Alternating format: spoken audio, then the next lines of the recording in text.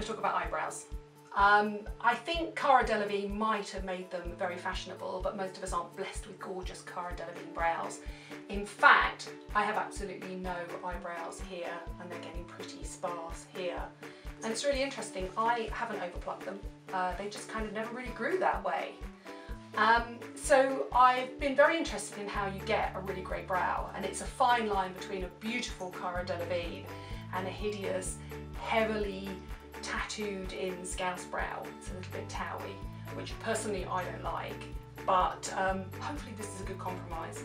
And I think the secret is, one, a really good brow brush.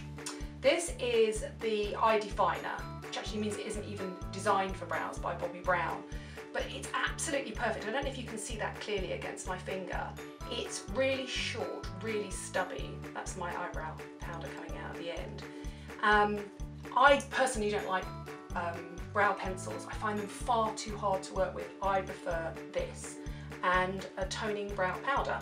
Now, where to put your brows, where to start, where to finish. Now, girls from Towie might disagree with me on this, but there's a really simple rule.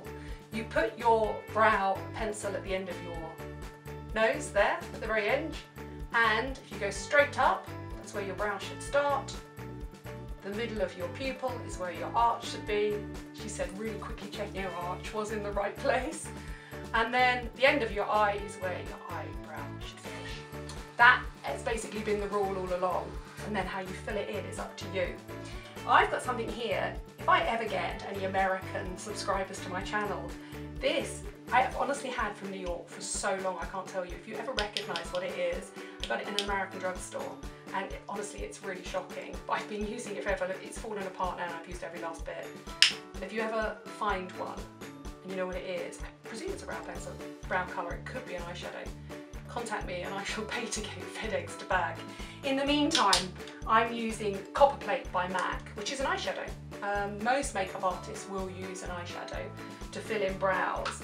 I also quite like the HD brow palettes. Neelam Patel is very, very clever. She actually prescribed this one for me, and it's got three different eye colours in it, and then a wax in case your eyebrows are a little bit kind of unruly. Mine aren't. But I'm going to stick with my Copper Plate today. And the secret is you dab the brush in the top, and then the hair will cling to the powder will cling to the hair, but you have to do it the way your eyebrows grow. So I always start in there, like that, and you can see basically it's the colour of my eyebrows. Got a little gap there, no idea why, never been in a fight, I promise. Never had an eyebrow piercing, and then down at the end. So that rule, there's my arch, there's the beginning point, there's the end point. The other side, this brow is less sparse, but go with the hairs. I don't know why anybody would use a brow pencil. You have to be incredibly skilled to do this with a brow pencil, and I know professional makeup artists do it, and you can even paint on individual hairs. I'm really not that skilled. I quite like the soft focus effect of that. And then, if you really want perfect brows, I really love a tinted brow gel. This, actually you can tell it's a pre-series. I got this in Cannes earlier this year, but it is actually available now. It's called L'Oreal Paris Brow Artist Plumper, and it's basically a tinted brow gel in my colour. And the advantage of this is you go up through your brows and it basically makes them look much more like hairs again.